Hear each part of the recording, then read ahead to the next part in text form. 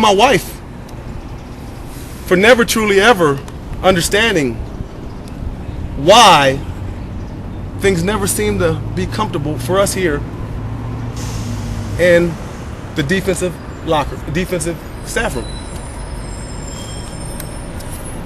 I would have clearly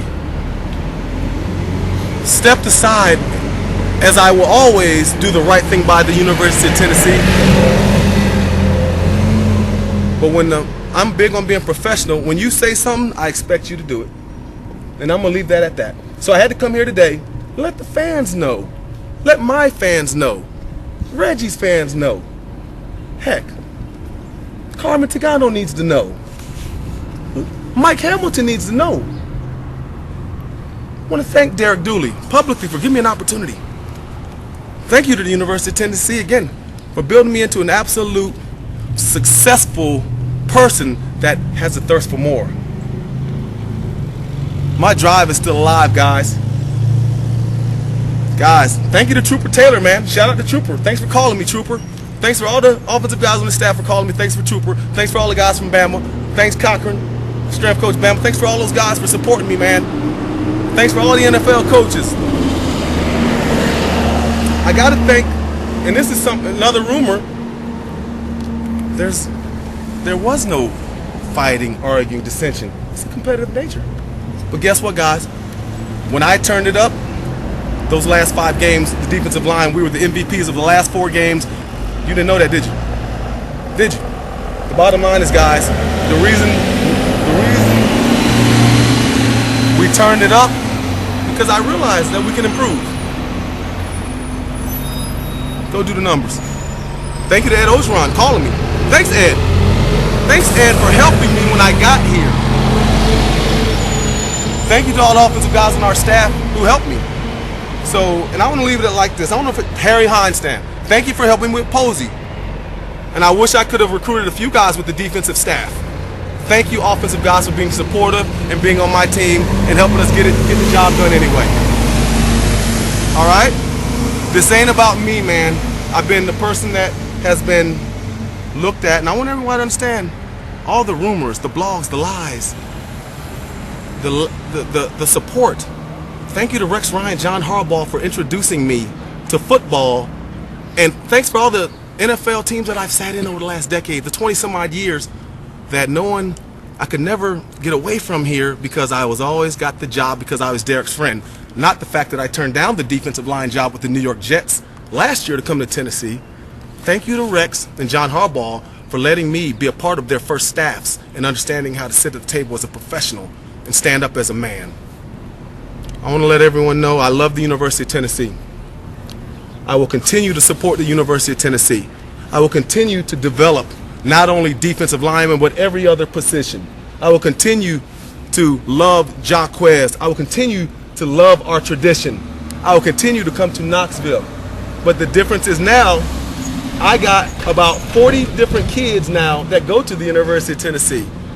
So I wanted everyone to understand, man, I have no ill will. I'm a Vol, man, but it'd be unfair for the history of the Vols, or Jock, or Corey, or Malik to have watched our year, know what happened, and watch your coach tuck tail and accept the fate that's not really his fate. I'll take getting moving aside, but it's give me a reason and let's be fair and be honest and let's do the right thing. So, Vols, I'm in Atlanta. Oh, can't forget Jimmy Sexton, Pat Dye Jr.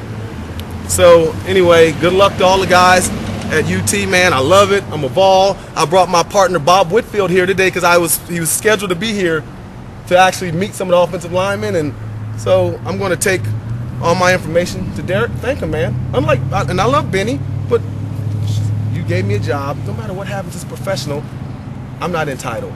I'm just a Vol. So at the end of the day, I want Derek, Mike, everybody to understand, just like Philip Fulmer, real Vols don't quit, man. We just find another angle and turn it up. So I'm a Vol for life. I want to tell all my guys I love them. I want to publicly apologize to all the high school recruits that I told would be here that I lied to. I lied because I thought I should have handled my business a little better and found out. But the questions were asked. I was expected to be here, and I want to tell all those guys I love them. And Tennessee fans, just like I told you when we were building this bully, I'm still going to help you build it. But I will tell you this, I will work harder to help the lifestyle, to make sure no Vols are get in trouble, to do the things if I can. You know, I don't work for Tennessee anymore, but I didn't before the last 4 decades because I'm a Vol for life. Thanks, guys. Will you coach again, Chuck? Yes. Yes, sir. I will coach again. Absolutely. College or NFL? Do you have a preference? Hopefully it'd be in the SEC, particularly in the East. But it'd be the West. We're going to develop pass rushers, guys, because the bottom line is last year, guys, in our first 7 games, we had 6 4-man pass rushers called on pass rush stunts. Then after that, you remember you guys heard about a little tension, maybe? D-line coach had to get, turn it up a little bit to get 4-man pass rushes, and you see we were second in the league we led the league the last 7 games. So do the research. Chuck, that tension, how much do you think that played a part? Tension like? Among the defensive staff, you've kind of alluded to it. Oh, yeah, well, no question. But here's my thing. It's okay. In jobs, people disagree all the time. But what the bosses do, they come, they figure it out. If you can't figure it out, we move them. I'm totally fine. The facts remain, there was, in that environment, there was tension. There was things there, here and there. But the point is, when you're in position of power and you're a leader, friendship got to divide. You got to cut through the friendship and who's the boss and who ain't the boss and who runs the show. And at the end of the day, my guys worked and got after it, and everybody did. It was a team effort. But I want to say that there's no question, but in that professional environment, things happen, man. Things are said. But the rumors, the lies, the smearing of my name internally from people inside our defensive room were absolutely unfair.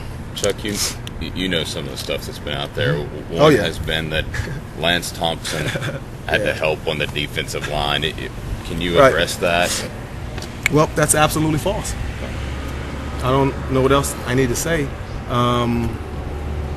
We all have different roles and help. Some guys do special teams. I help Nick Gervais when he wanted to learn how to pass rush over the years, and it's even before Coach was here. I think some of you guys were here that time I came in, and Nick wasn't even, he was a walk-on. So I have a relationship with every player. I was the locker room liaison, and that's untrue. That's, once again, another vicious rumor that I had to try to dispel. I had more responsibility, thank you to Rex Ryan, with the New York Jets in the AFC Championship game against Peyton Manning than I had against UT Martin here.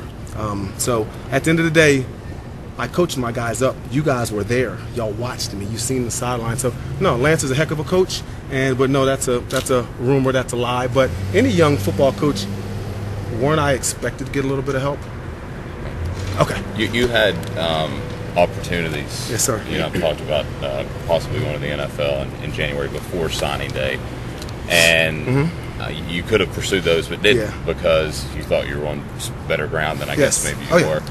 How disheartening is that, especially since you and Derek have known each other so long? Well, we've known each other, and one of the misconceptions that I wanted to break here is that I got this job because I'm Derek's friend. I hadn't talked to Derek Dooley in 20 years, man.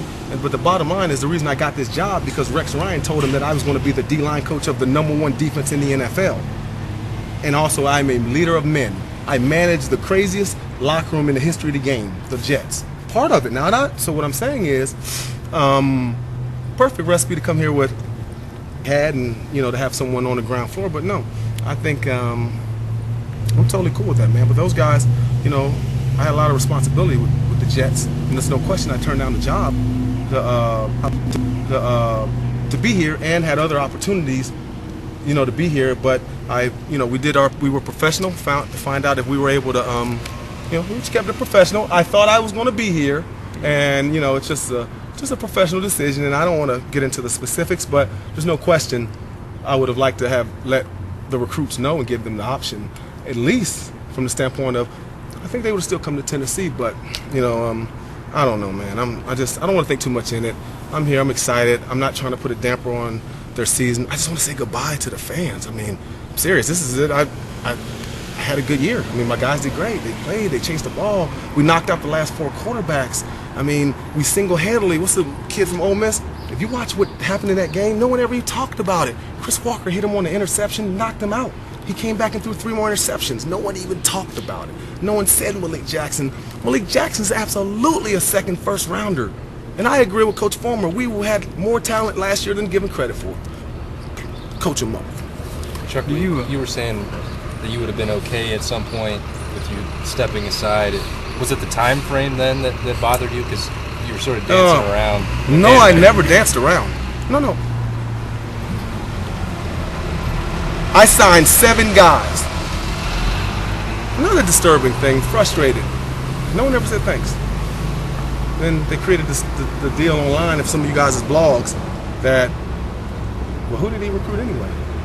What do you mean? Who didn't I recruit is the real story. You know, facts remain. Ask Peyton Worley who gave him the first call, who was recruiting him.